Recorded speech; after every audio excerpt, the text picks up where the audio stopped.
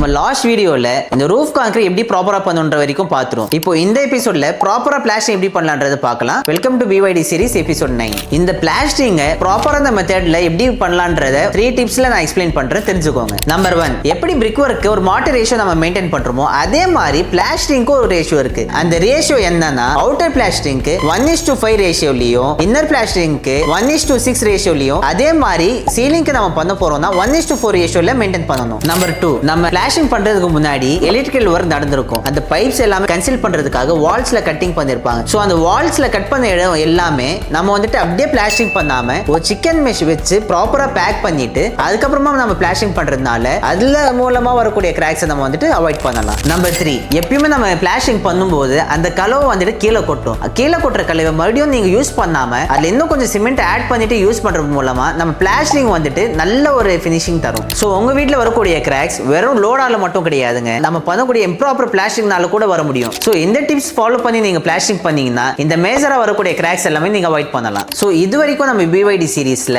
ஒரு வீடு கன்ஸ்ட்ரக்ட் பண்றதுக்கு என்னெல்லாம் பண்ணலாம், என்ன மிஸ்டேக்ஸ் எல்லாம் மேஜரா அவாய்ட் பண்ணுன்றத கம்ப்ளீட்டா சொல்லியிருக்கோம். சோ இந்த வீடியோஸ் எல்லாமே உங்களுக்கு ரொம்ப யூஸ்ஃபுல்லா இருந்திருக்கும்னு நாங்க நம்புறோம். தேங்க்யூ.